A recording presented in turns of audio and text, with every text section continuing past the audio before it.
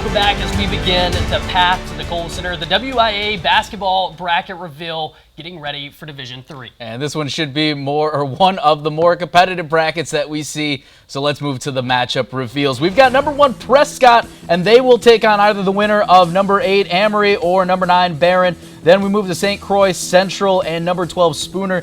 They'll take on number 4 Osceola. To the other side, it's number 3 Somerset, and they will take on the winner of number 6 Northwestern and St. Croix Fall. Then Ellsworth and Baldwin Woodville will go head-to-head. They're going to take on Bloomer after that one. We move on now. Elk Mound is the number 1 seed in our next bracket. Altoona and Black River Falls match up in an 8 versus 9 game. Berlin hosts Adams Friendship. The winner of that one gets Wauwatomi. Gale Ettrick Tupelo is the 3 seed. Stanley Boyd hosts Winneconne. Then it's Arcadia and Ripon. The winner of that plays 2nd-seeded Amro. All right, Northland Pines and Amherst in 8 versus 9. The winner of that is going to advance to face the top-seeded number 1 Freedom. Then moving down from there, Tomahawk at number 12, Wittenberg and Burnham Wood at number 5. They're going to take on they will take on the number 4 of Wapaka, the winner of that one. And number 3, Clintonville, they're going to wait on number 11, Menominee Indian versus Sturgeon Bay at number 6. Then we got that with number 7. Number 10, Oconto Falls, and the winner of that advances to face number 2, Southern Door. In our next bracket, Kiel is the top seed. They'll host either Denmark or Chilton. Winnebago Lutheran gets a bye, and we'll see either Little Chute or North Fond du Lac. Brilliant is the 3 seed. Then it's Wrightstown against Campbellsport. Two Rivers hosts New Holstein, and the winner of that one moves on to play Xavier. Still some games to play, but let's talk about the only unbeaten team here in Division 3 so far in Kiel. Mark, they're ranked 2nd right now in the state. What is it about this team? Do you think they could take it? What stands out to you about this group? Yeah, you know that they play in the Eastern Wisconsin Conference, and they have produced some really good teams in the last few years, some state champions, Brilliant and Roncalli in particular. And they've run the gamut so far. So they're a very good team. They're very experienced. Their point guard, Pierce Ahrens, is very skilled, very heady. And then they have a really good inside player at 6'6", Grant Mans, who can really rebound and score and step outside a little bit. And there are other guys around those 2 stars are also experienced and very talented. You know, just looking at the bracket so far, one thing that stands out to me is that the Wisconsin Valley Conference really got a lot of respect. I mean, you got Marshfield number 1, you got Point number 2, and then you got Wausau East number 1 in D2. They're going to have to go out and prove that, because generally that league has not done great in the postseason, other than Spash winning with Trev Anderson and the Hauser boys. So that was interesting. But, you know, you look at Kiel, you know, they have a chance, but, you know, there's some really, really solid teams in Division 3. All right, well, let's see if they can prove it. And let's move on as we have Platteville earning a 1 seed in our next bracket. Mauston and Dodgeville face off in an 8-9 game. That'll be Prairie du Chien versus Evansville to see who moves on to play Lodi. Then we've got Wisconsin Dells as the 3 seed, awaiting the winner of Viroqua and Richland Center on the bottom half. The 2nd-seeded New Glarus, they'll face either River Valley or Edgewood. All right, let's take a look now at 3B. Number 1, Lakeside Lutheran. They will await the winner of Lamira and Bigfoot. Then Edgerton will also await the winner of Turner and Mayville. To the other side, Waupun will see either East Troy or Waterton. Luther Prep and Lake Mills at the number 2. They are going to either face Columbus or Clinton after that 7 versus 10 game. Well, we just saw them get a 2 seed, and it feels like a team to watch here could be Lake Mills. They're ranked 5th in the state. They've got a lot of multi-year starters with their upperclassmen. One of those guys is A.J. Bender, who recently broke the school scoring record, surpassing 1,400 points as a junior. But he's not the only one that can score. Coach saying they have to get a little more physical, but putting up points shouldn't be an issue for this team.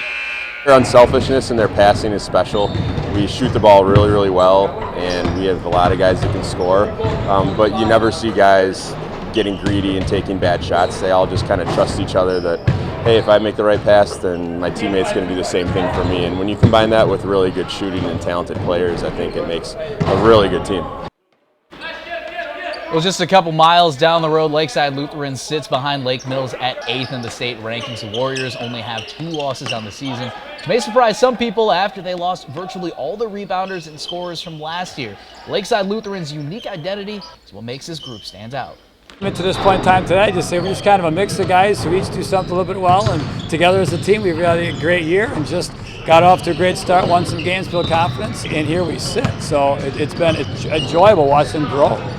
From a coach perspective, I've loved this year because it's been team. As they go through and for each of them to kind of find a niche, find a role, and take pride in that, and then execute that's what makes it fun. Brackets now in Division 3, Sectional 4, where Dominican is the top seed. Butler Collegiate goes head-to-head with University School of Milwaukee. Oostburg faces off with Catholic Memorial. Then it's Carmen Northwest at number 4 against Brown Deer.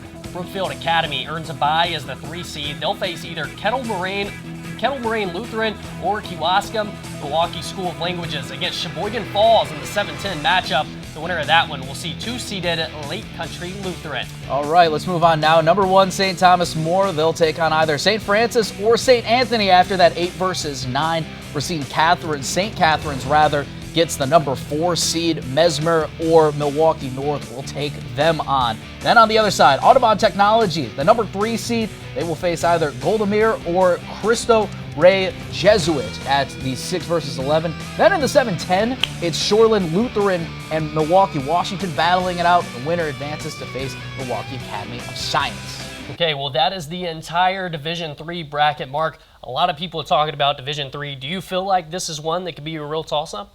Well, that Sectional 4 is really loaded. You talk about Thomas More and St. Catherine's, and obviously Milwaukee Academy of Science. I mean, those teams all have Division 1 players.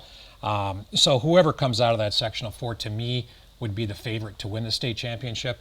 Not that others won't have a say in it, of course, but I just think that we're looking at a St. Cat's Thomas More regional final, possibly Academy of Science and Audubon.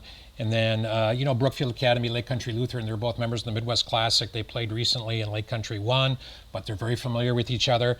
And then, you're looking at a Dominican Carmen Northwest potential regional final. And again, both those teams have Division I kids. So there's not a lot of sectionals where you can talk about multiple Division I kids, but this is one that you can do that. Lots of talent, for sure. Well, let's talk a little more in depth about one of those teams that we just mentioned, Bloomer. They have just 1 loss so far on the season. WQOW Sports Director Nick Tabbert joins us now live from the Blackhawks watch party. Nick, how are they feeling after finding out about this matchup? Well, let's find out. I'm here with head coach Greg Van Grunsven. You get the 2 seed, and there's a couple teams that you've faced already this season in that bracket. Just your initial reaction to getting a 2 here. Well, we're ready to get it cranked up, right? We've got 1 week left in the regular season to kind of hone our craft still, but we'll be excited and we'll be ready when that time comes to play the winner of Baldwin and Ellsworth. And we were just talking here off camera that they knocked you out last year, and there's a chance that you could return the favor, avenge that loss this year. Yeah, if chalk holds, we'll have an opportunity to host Baldwin. At the same time, Ellsworth is a quality team as well. We had an opportunity to play both those teams late in the year. Ellsworth was really young last year, so we'll see how that one turns out. But our focus this time of the year really has got to be on us to start playing the best basketball that we possibly can. We think we're on the right track. Starting Friday night, we played really well, so we'll see where that goes. How important is the bye? How important is the bye? We've had byes before, and we've had play on Tuesday night.